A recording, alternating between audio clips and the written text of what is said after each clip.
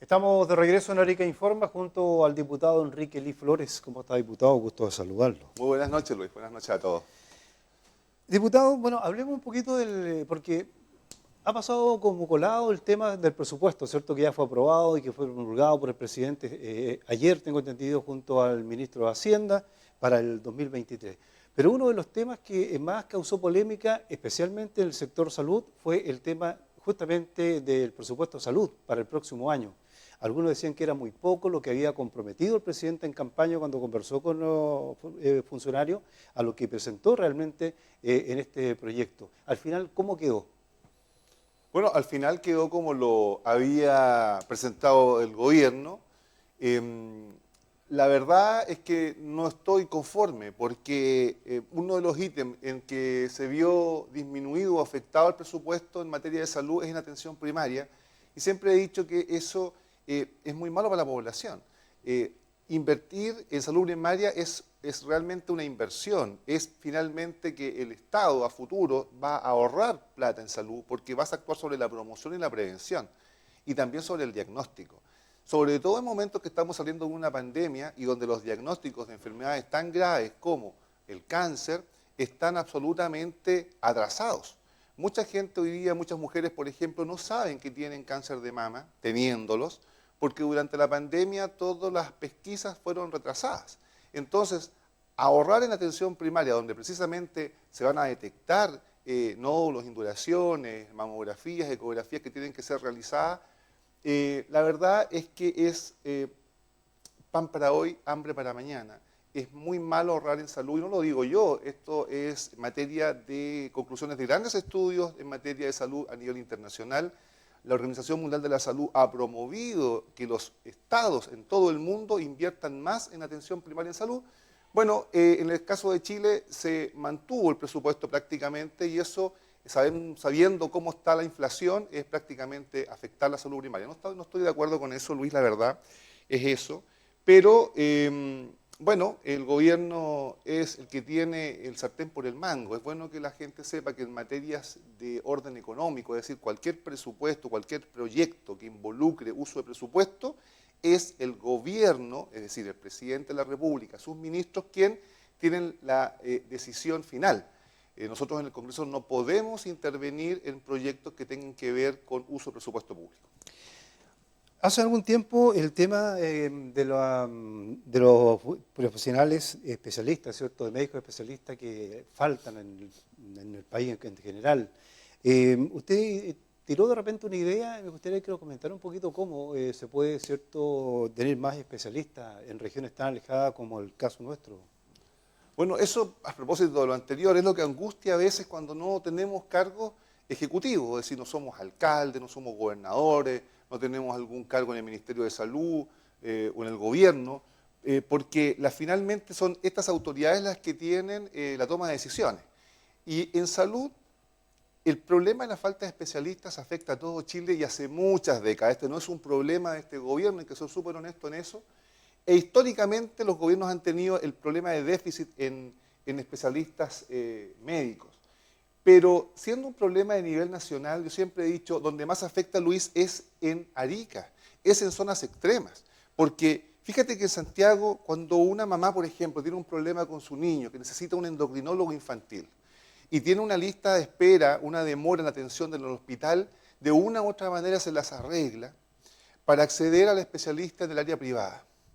Por supuesto que es muy lamentable que tenga que llegar a ese extremo, pero en regiones extremas el problema es mayor, porque no solamente no tenemos ese especialista en el hospital, simplemente no lo tenemos en toda la ciudad, ni en el área pública ni en la privada, y la única solución en varios problemas de salud que tenemos, por ejemplo en Arica, es subirnos arriba de un avión e irnos a Santiago.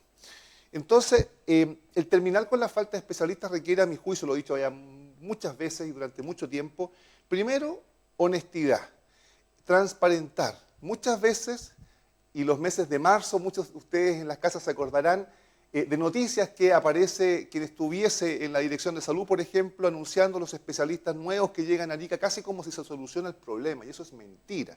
Es mentira porque llegan muy pocos especialistas, primero. Segundo, porque nadie dice que de esos especialistas que llegan para iniciar el cumplimiento de su devolución hacia el Ministerio de Salud o hacia el Estado, finalmente a mitad de año o a finales de año se van de la ciudad, vienen solamente por un periodo transitorio, y también porque nadie dice que durante el año también hay especialistas que van jubilando por edad, por diversas razones, y también se van de la ciudad, o se van de la ciudad lisa y llanamente por otras razones.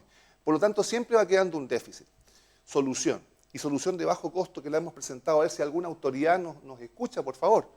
Primero, hay que ser honestos, ¿la Facultad de Medicina produce especialistas médicos? Definitivamente no. Tenemos una Facultad de Medicina que nos trae mucho orgullo, yo estoy de acuerdo y siempre he respaldado la Facultad de Medicina, pero finalmente eso es para Arica un motor de producción de médicos generales, que en realidad no estamos en crisis de médicos generales, lo que estamos en crisis es de especialistas.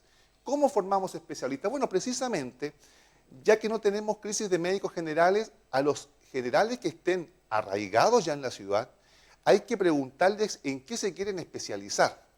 Primer punto, y alguien podrá decir, oiga, pero esto es muy obvio. Bueno, no es tan obvio, porque los médicos generales en Chile acceden a las especialidades de acuerdo a puntajes, y muchos médicos generales acceden a especialidades que no son de todo su gusto, lo que ya hay un problema vocacional obvio y evidente. Es distinto, ¿no es cierto?, que alguien acceda por puntaje a una especialidad que alguien acceda por vocación, porque de chiquitito, desde la universidad, quiso ser cardiólogo, quiso ser nefrólogo, quiso ser cirujano. Entonces, imagínate que yo como autoridad les pregunto a los médicos ya arraigados en Arica, bueno, ¿en qué se quiere especializar? Supongamos que alguien me dice, mire, ¿sabe qué? En otorrino. Bueno, yo autoridad busco, a ver, ¿tenemos falencia en otorrinolaringología? Tenemos. Ok. Listo, señor. Usted, como médico general, se va al servicio de otorrinolaringología del Hospital de Arica. ¿Para qué?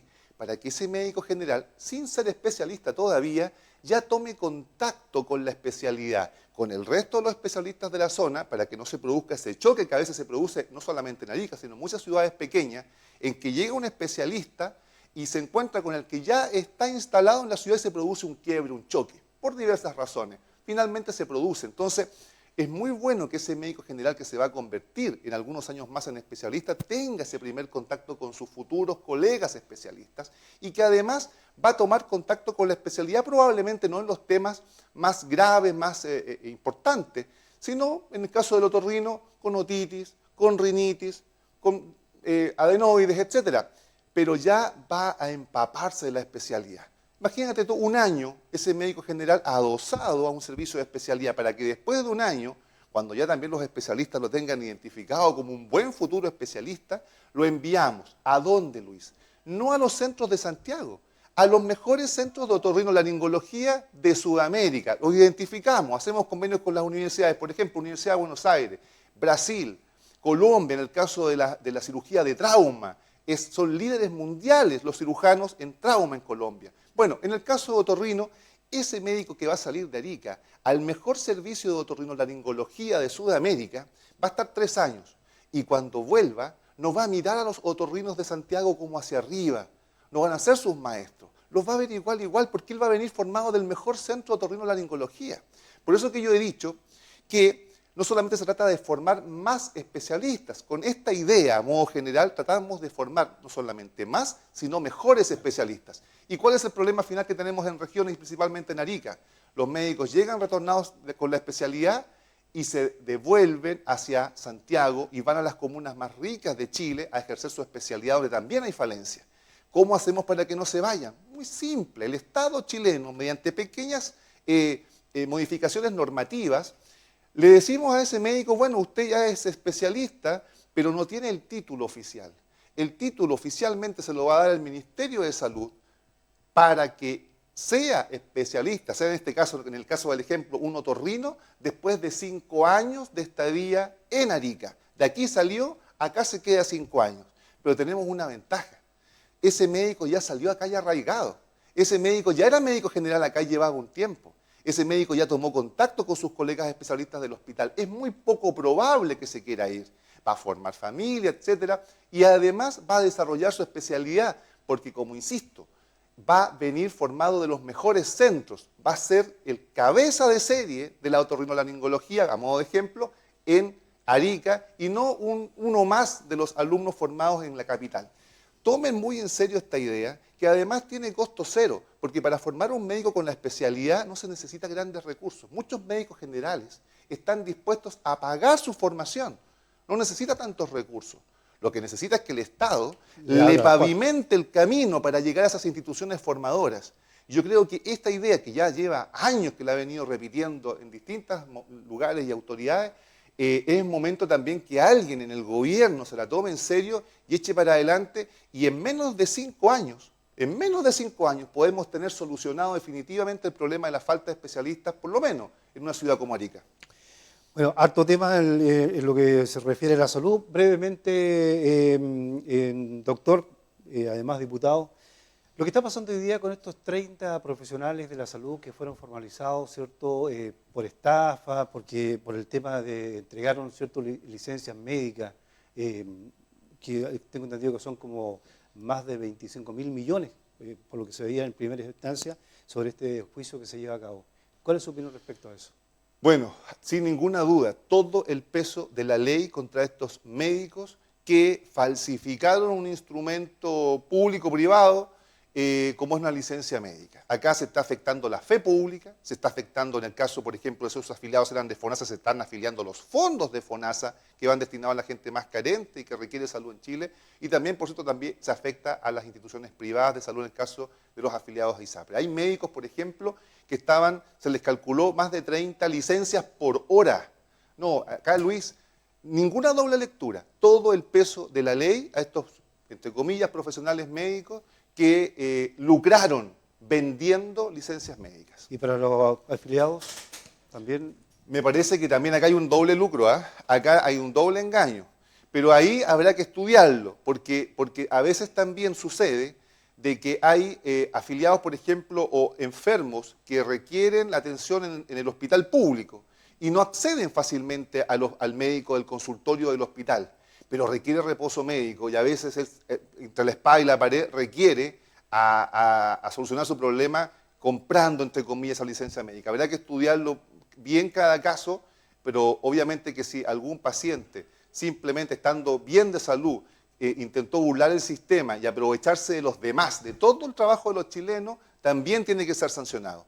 Pero donde no cabe ninguna duda es en que estos profesionales sí tienen que ser perseguidos por el Estado chileno, porque acá hay un robo que no tiene ninguna justificación. Bien, pues, diputado, muchas gracias por acompañarnos, que esté muy bien. Hemos conversado con el diputado Enrique Ly, pausa y regresamos.